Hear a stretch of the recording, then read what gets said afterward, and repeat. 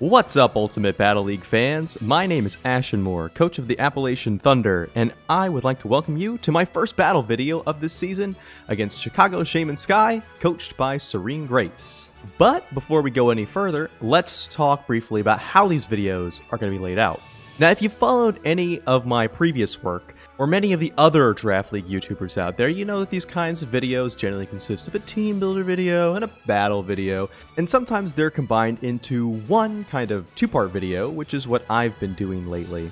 Battle videos, of course, are intrinsically fun and interesting to watch, but I found that team builders tend to be far less entertaining and audiences tend to skip over them, which is why I've been putting a link in the description for people to skip ahead to the battle if that's all they want to see.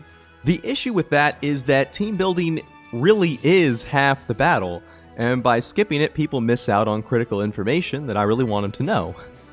Bottom line is, I want to have fun with the analytical side of Pokemon, and so in order to create what I think is a more holistic experience, I'm going to shake things up a little bit. Rather than individually cover each Pokemon I'm going to bring and their moves / investments, I want to talk overall strategy instead, and only touch on the individual sets if it's actually relevant. That is, cutting out obvious things that you can see for yourself, and focusing on just what's important. So let's walk through this, because these strategy layouts are going to contain a metric ton of information. The purpose of all this is so you can understand my mindset and formulate your own idea of how I'll do in the battle. On either side of the screen, we have the full team rosters in picture form for quick reference. The left is obviously my team and the opponent's on the right. At the top, next to each team's logo, you'll see the overall record for each team.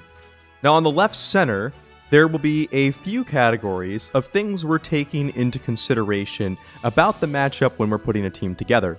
The first is win condition.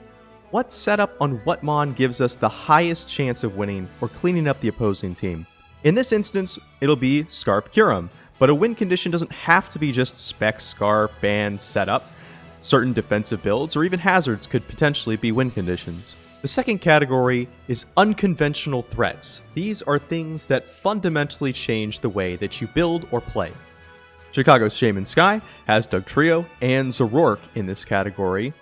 And additionally, on top of that, because I have Mega Kangaskhan, I also have to deal with the reality of Rocky Helmet counterplay. The third is conventional threats. These are things you have to prep for or you lose. And this won't be a comprehensive list, this will just have the biggest threats in it. Examples for this team would be Mega Mawile, any variant really, Calm Mind or Scarf Latias, Sub Superior, Shell Smash Minior, and web setting from Araquanid. The final category is something I'm going to call roadblocks. In other words, what has to be eliminated or weakened before the win condition can be employed. There may be quite a few of them, and I probably won't list them all, but I'm going to refer back to all of these concepts when I'm covering what I'm going to bring and why. Next to these is going to be the full breakdown of my team that I'm bringing for you to reference as I talk through the strategy section. So, as I said, it's a good bit of information going on here, but it's all relevant for you to know. And because I'm going to be going through this strategy in a very non-linear fashion, it's kind of important for you to be able to see it all at once. Though I spent a considerable amount of time explaining the interface here, in future videos, I'm really just going to jump directly into the analysis.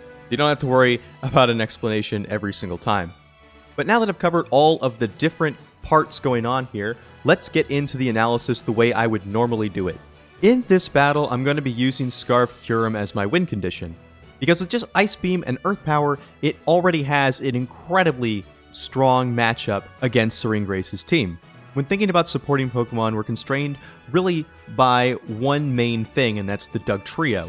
So rather than use Shed Shells or Air Balloons to attempt to get around that with Zeraora and Jirachi, I've simply opted not to bring them at all this week. Another pivotal thing in this match is going to be scouting the Zoroark. Now luckily, Dugtrio and Zoroark can sort of be dealt with the same way with my team, through the use of Fake Out. Now for that purpose, I'm going to be running a bulky Kangaskhan. Besides just the Fake Out utility, Earthquake is going to be able to kill Mawile after a Stealth Rock, and the other main move we're talking about here is going to be Body Slam. Specifically what we're aiming for here is to put the Kangaskhan in against the Latias, click Body Slam, 60% chance to paralyze it, And then if it's a Scarf variant, we can clean it up with Kyurem later on. Because I do think that the largest threat to Scarf Kyurem is going to be a faster Scarf using Dragon. In order to support the Kangaskhan, we're bringing two different things. The first one is going to be Tapu Fini. Now, this is really going to help us out against the Arcanine and the Miltank, the two things that I think are most likely to be defensive carrying Rocky Helmet. Now, if I was the opponent, one of the easiest ways I could take Fini out is by using a Poison Z Zoroark. And so for that purpose, we have two different things on the Fini. We have Protect to help scout the Zoroark, and we also have Kebia Berry. So if I think that he's about to go for a poison move off Zoroark, I can just hit Moonblast, take it out, take minimal damage. Obviously, the last role Fini is going to have to fill for us is that of a Defogger in order to counter the webs off of Araquanid. The other support mon for Kangaskhan is going to be Scrafty. I didn't really think that I had the move slots on Fini to run knockoff on that, but a Scrafty with Assault Vest should be able to switch in against virtually anything on his team, not named Mawile, and deal with it pretty handily with a plethora of coverage moves. Scrafty is also my primary way of breaking Araquanid via Head Smash. Now, speaking of breaking things, right, we still have to deal with Sub-Superior, and so the best way to do that is going to be by running a Crobat. Now, the Crobat is invested in speed just enough to outrun Jolly Dugtrio, because it will be able to kill a non-sash Dugtrio with Brave Bird. It'll also be able to kill the Superior very, very easily, and then we can U-turn out against things like the Latias or the Zoroark. We can also use the Crobat to scout the Latias to see what item it's actually running. I haven't mentioned Calm Mind Latias variants yet. We have two ways of dealing with that. The first is with a faster Haze from the Crobat, and the second is by using Outrage on our Scarf Kyurem. That's going to ensure that even a Calm Mind variant isn't going to be able to wall Kyurem out. At this point, I feel like I have virtually everything covered, except for two things. The first is Jolteon. I'd like a more dedicated counter to that, so I'm going to be running Mudsdale in the very last slot here. It is going to be more defensive in nature, in fact maximally defensive, that way it can switch in against any attack that Mega Mawile can do, or it can switch into a Swords Dance Mega Mawile and survive. And this is literally the only thing I'm running that could actually do that. This can also, with Toxic, be a potential way to wear down the Miltank and the Arcanine, once again, to help my Kyurem and Kangaskhan take out portions of his team. The other benefit we get from running a Mudsdale this defensively invested is with Shell Smash Minior. And I've lost enough random battles to tell you Shell Smash Minior is indeed something to fear. So Heavy Slam should be able to deal with that pretty easily. Overall, when we're playing this battle, the absolute most important things are going to be figure out what build the Latias actually is. When we're playing this battle, the big roadblocks are going to be what build is the Latias. We've got to scout that item out as quickly as we can. We've also either got to remove the Latias, which if it's Scarf, he's going to hold in the back, and it'll be very difficult to do, or we've got to remove or weaken the Mawile, his primary switch-in against Ice-type attacks, in order to give Kyurem the go-ahead to sweep. And really, regardless of what he brings, the Miltank and the Araquanid, those also have to be worn down or removed in order for us to press the trigger. Overall, my impressions on the build for this week is it's a little bit defensive and utility-oriented in nature, but I think that Kyurem and Kangaskhan have a good enough offensive matchup against his team in order to break through it. So we'll get into the battle right now, and we'll see how we do. Looking at Chicago Shaymin-Sky's team in the preview, we see that he hasn't brought the Dugtrio, so we have to figure out, hey, what are we going to lead here? There's really two options. Kangaskhan and Mudsdale come to mind to counter a first-turn Mawile, but I ended up opting to send out the Kangaskhan to see what he might swap in to show me what might have a Rocky Helmet on it. Now, he does lead with the Miltank, which is one of the two things that I think probably does have a helmet, so I'm just going to switch Kangaskhan right on out into that Mudsdale to go for a Toxic on the next turn. He is actually going to show me Seismic Toss here. This isn't something I really thought about, but obviously it's really good tech because the Mudsdale has stamina. And I don't know what other move slots it might have, so it might still have like a Cleric role, but most likely this is his defensive Rocky Helmet user. Otherwise, I think he would have switched to Arcanine there. He's going to go for another Seismic Toss. I am going to go for the Toxic because I need to wear this thing down. And I also need to scout, obviously, the Heal Bell, right? Thankfully, we are going to hit the Toxic right here, but another thing we have to consider is that this Mudsdale is one of our big checks to the Jolteon and to the Mawile, and so we can't really have it go under half HP or it's not going to be able to do its job later on. So I'm definitely going to have to consider switching it out here, but kind of into what? The best thing I can think of to force this Miltank out and get some damage on the rest of his team is to just go into the Scrafty right now. So that is exactly what I'm going to do, and I'm going to go for knockoff. If he stays in, I get the Rocky Helmet. If he switches to something else, I get another item. It'll be great. Now, Scrafty is going to eat a Seismic Toss here, and that's okay. We can heal that back up with Drain Punch later. As long as we save that HP on the Mudsdale, the switch was entirely worth it. He is going to switch out into Arcanine. That is going to cut our attack a little bit. It's not going to do a ton of damage with the knockoff, but with Stab, it should still do around at least a third or so, and we'll be able to see what build he probably happens to be. So we go for that knockoff, and it turns out that he had an Assault Vest on, so it's probably a bulky Arcanine, Morning Sun, something like that. On this turn, I actually opt to switch out into Tapu Fini. The idea is that it can come in, absorb a fire attack, which I expect him to go for, and conserve some of Scrafty's HP for later so that he can take on the Zoroark, the Jolteon, or the Latias.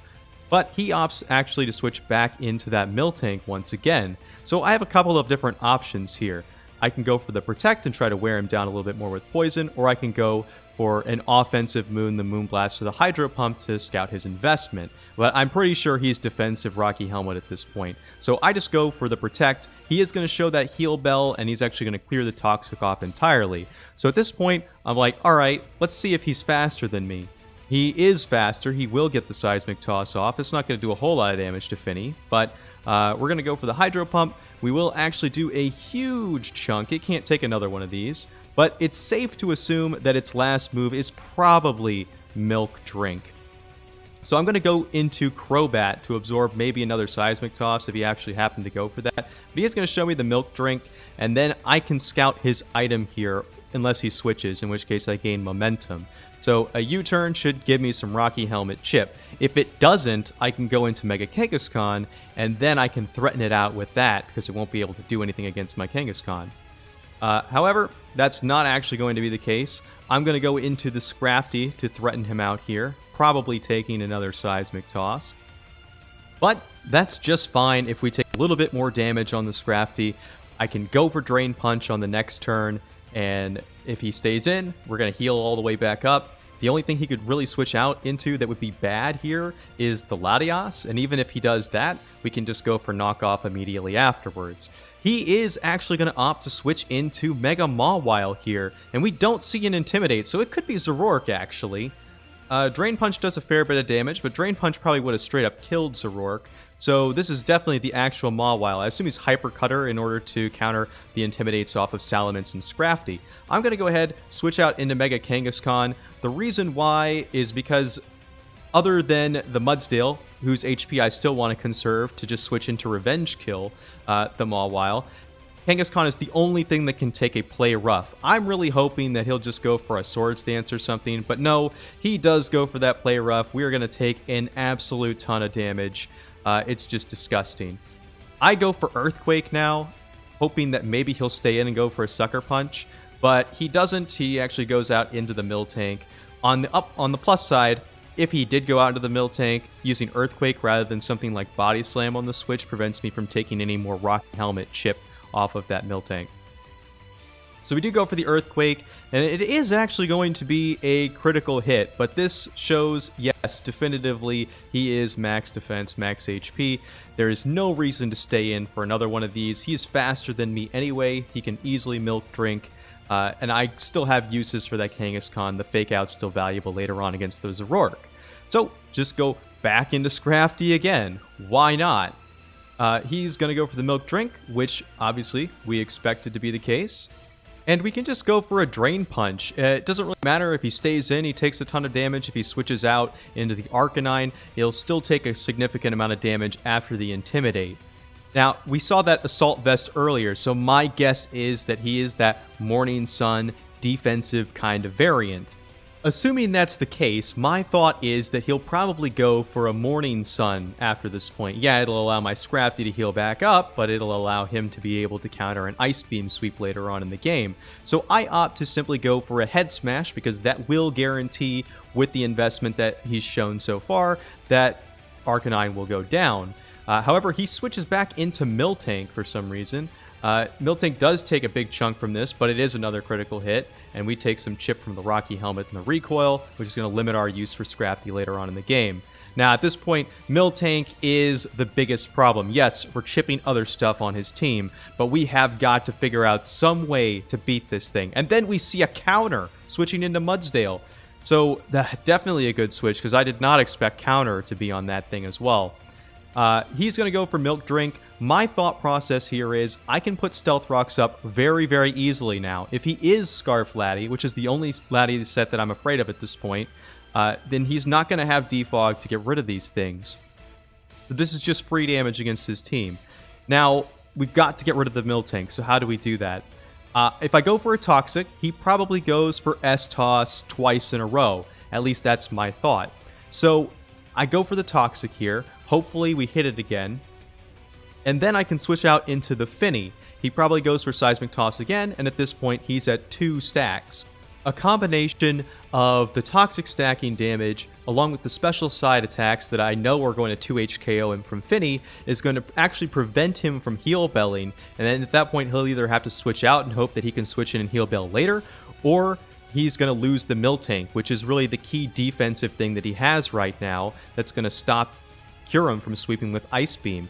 At this point, even Mawile can't switch in against the Kyurem because Kyurem will do at least half of its remaining HP with Ice Beam. So we are going to switch in that Finny. He is going to go for the Seismic Toss once again. That's entirely fine. Yes, Finny is low, but we're basically sacrificing Finny for the Miltank here. And he goes for Seismic Toss again. So with the Moonblast damage combined with the third layer of Toxic, there is absolutely no way he's going to be able to survive this. If he goes for another Seismic Toss, he dies. If he goes for a Heal Bell, he dies to Moonblast. And if he goes for a Milk Drink, a combination of Moonblast and Toxic is eventually going to take him down. So we put him in the situation exactly the way we needed to in order to get this Miltank off of the table, thankfully, finally. Counter Miltank was a great bring. Don't get me wrong. I have total respect for this Pokemon. I really think it's one of the best tanks that you can get for its price in the format. So he is going to go for the Heal Bell there, but it's not going to help him out. Moonblast is going to take this Miltank out, thankfully. And then we just have to see what's actually going to come in here. Is it going to be the Zoroark, the Laddie, the Jolteon to clean up this Tapu Fini? Now, Tapu Fini doesn't have any purpose at this point. There's no reason to keep it around. So I'm just going to go ahead and go for the Hydro Pump. He actually goes for Work Up. I haven't really seen a Work Up Jolteon set, so I'm kind of scared about this. If he has Hidden Power Grass, he might be able to kill Mudsdale from this range. Not 100% sure. I guess it just really just depends on his item. Maybe if he has Expert Belt or something. But we're going to get a big chunk of this Jolteon's HP. Now, because he's that +1 Work Up, and our Crobat isn't fast enough to speed tie him, and it doesn't have a move that can kill it anyway, even if he was, we are actually going to go ahead and show the Scarf Kyurem right here. He actually doesn't have anything left on his team that can switch into an Ice Beam. Remember, the Mawile's chipped down. If it does switch in, we'll be able to kill it with a second Ice Beam pretty easily. So he is going to leave the Jolteon in. The critical hit does not matter there. I know I've gotten a lot of crits, but they really haven't made it much of a difference so far. So Jolteon is going to go down. Then we're going to have Zoroark come out in the guise of Mega Mawile. And I think when I was playing this game, I actually didn't recognize that it was Zoroark. But regardless, if he was even slightly defensive invested on the Zoroark in HP or anything else, we would not have been able to kill it with an Ice Beam, and we could have potentially opened ourselves up to like Fightinium Z or some other shenanigans like that.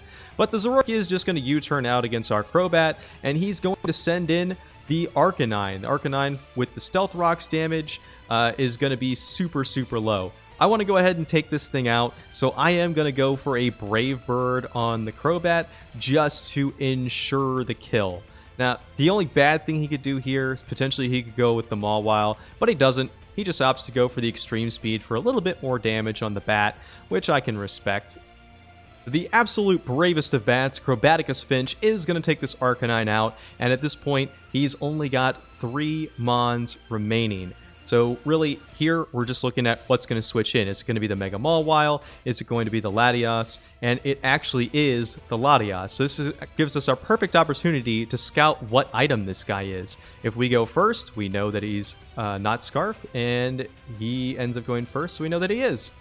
So Draco Meteor is going to happen. We are going to lose Chrobaticus, but he has done his job valiantly. At this point, there's no reason not to switch Mega Kangaskhan in.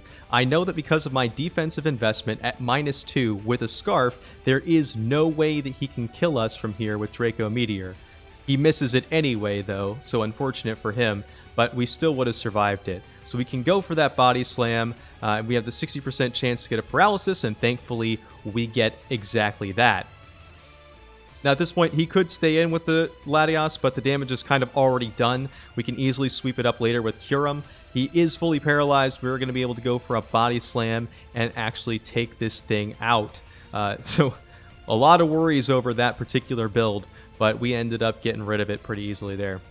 Here the Resork is going to come out, and with that second Stealth Rock chip damage, we're very, very close to being able to guarantee a sweep with Earth Power off of the Kyurem to clean the game up. We just need a little bit more damage against this Resork.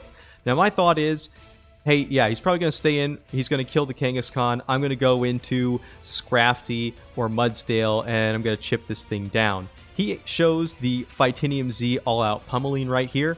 I really thought he was going to be the Poison Z move for Tapu Fini, but this was good tech against the Kangaskhan, so I can totally understand why he would bring that. And Kangaskhan is going to go down right here.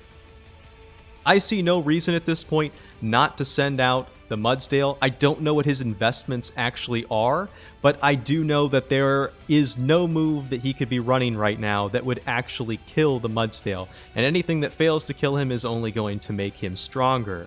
So he is going to go for a Focus Blast. He's going to hit. He's going to take a significant amount of our HP off. But with Leftovers Recovery and that defense boost, we can actually survive any move that the Mawile can go for, even if it is a play rough. We know that we'll take sub 50% damage from a regular one, so at +1 defense, we should be able to survive.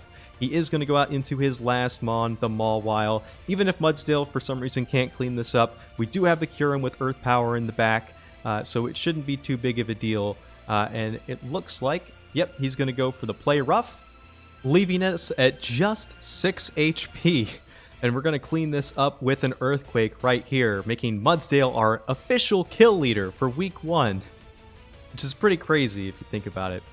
So that is a victory for the Appalachian Thunder against Shaymin-Sky. Like I said at the beginning, we're going to touch on strategy again here at the end, regardless of whether we win or lose, to see what was effective or not effective, what we did in the actual battle. I think that we executed this battle very, very well as far as the actual game plan went. We managed to preserve the Kyurem at all costs. It was very, very effective against his team. The biggest issue that we really had was the Miltank, but we were actually able to deal with that as well. I think taking a stronger fighting type attack on the Scrafty, or potentially even Taunt on a Pokemon, might have been better to be able to shut that Miltank down. Also, I'm not entirely convinced that Wish on Kangaskhan was a good bring. My idea was that it could drop a Wish into Mudsdale later on if Mudsdale got low enough, but I think any kind of fighting move like Drain Punch would have been better, considering that I thought Miltank would be one of his Rocky Helmet users. I think the turn where I protected on Finny was not necessarily the best idea either. Simply hitting a Moonblast or a Hydro Pump there would have been much more effective, because it would have allowed me to switch out into Scrafty for free rather than letting Scrafty take another Seismic Toss worth of damage. Overall, I think we executed pretty well. Overall, I think we executed pretty well. Good game to Serene Grace. Hopefully we'll play each other again at some point. I hope you had fun watching this battle video. As always, I'm looking for feedback, so please leave a comment. Help me improve my channel. Also, if you like the content, please leave a like, subscribe, and I'll see you next week when I play against the top team in the power rankings, Helsinki Hydrogons.